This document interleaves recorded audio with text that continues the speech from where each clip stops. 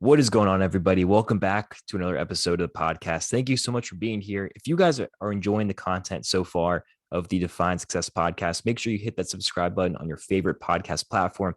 And if you could take 10 seconds out of your day and you're enjoying the content, please go to Apple Podcast or Spotify and give us a rating. Spotify is right at the top. You can rate it 1 to 5 stars. And then Apple Podcast, if you go to the podcast profile, scroll all the way to the bottom, you can write a review and leave a rating. I would greatly appreciate it. If you've gotten any value, please leave your thoughts and feedback on either or both of those podcast platforms. Let's get straight into it today. Today, I'm going to give you guys a little bit of a history lesson. Some of you might have heard the story before, but I think it is so profound that even if you heard it, we're going to revisit it. If you are new to the story, buckle in. It is a great story for your life in general and to just understand how history applies to our lives. So we're going to go back to 1519. There's a man named Hernan Cortes, and Cortes was an early settler in modern day Cuba. So down there in the Atlantic, when Cuba was getting started as a nation, Cortes was an integral part of their society, their government. He held some power. He didn't hold a lot of power. He wasn't a king or a president or anything, but he did have a considerable role in their nation, but he'd still listen to orders. And his orders were that he should explore the Mexican coastline, not to, conquer anything or to stay there, but just explore it, see what's out there, never settle there. As time went on, Cortes started to gain more power in Cuba.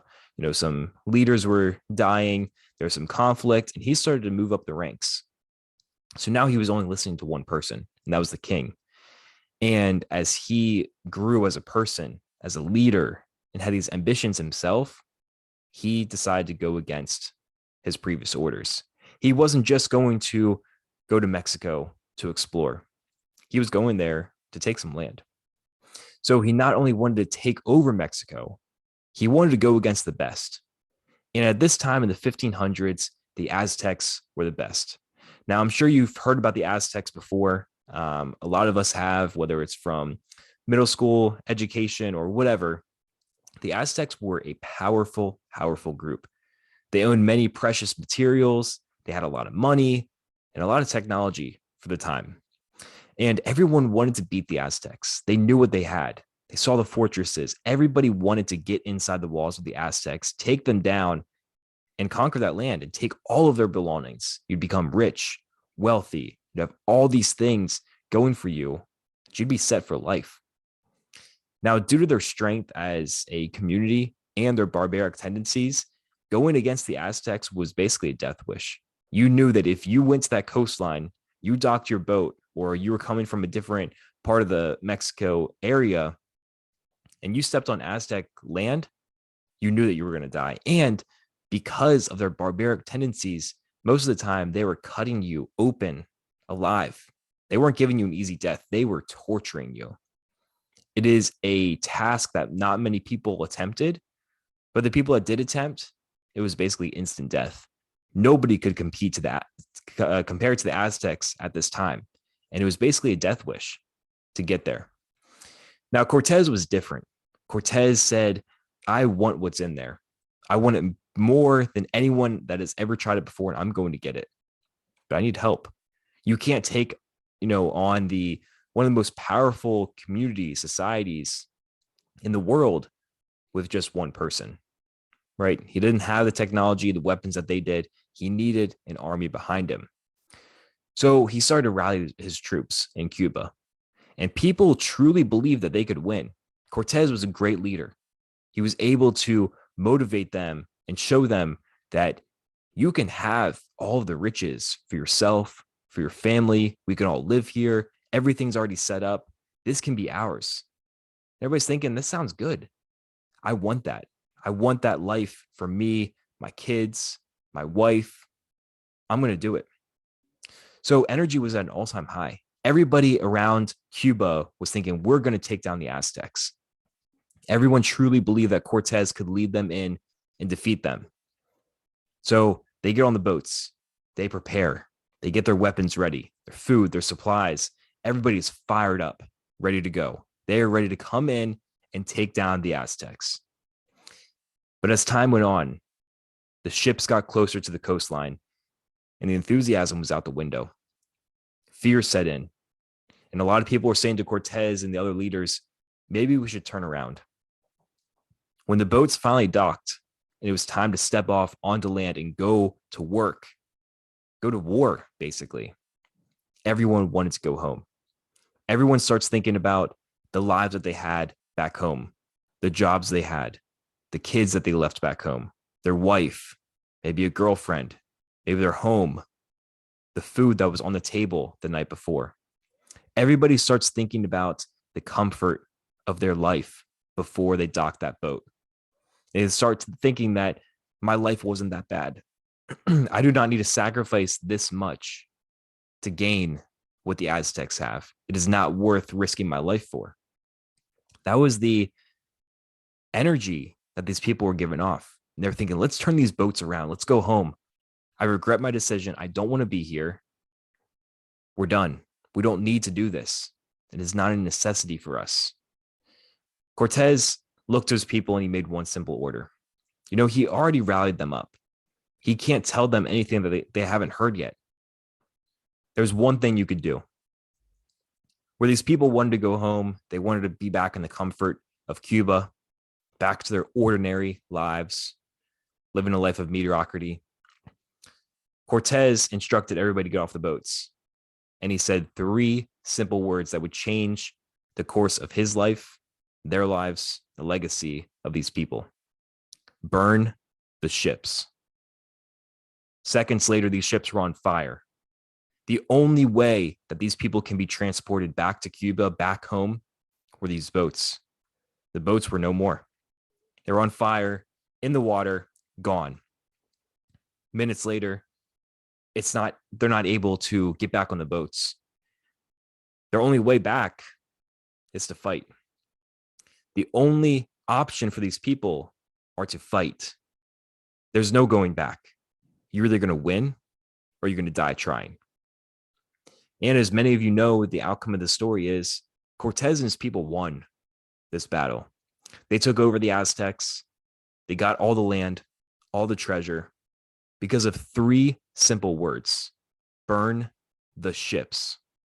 These 3 simple words were so profound that they did not give these people an option to go home. They did not give them the opportunity to let fear take them over again.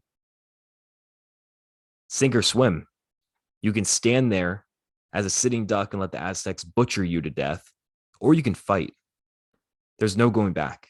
You're going to fight and win, or you're going to fight and die trying. So these people won. These people pulled off the ultimate upset and overcame what thousands of people were trying before them. Things that many people they wouldn't think it would be possible. But they did it. And it is such a profound message in our history, and it can be applied to your life. Success sounds very good in theory. We talk about it a lot on this podcast. The money, the career, fitness, mindset, the morning routine, everything that comes with success sounds great.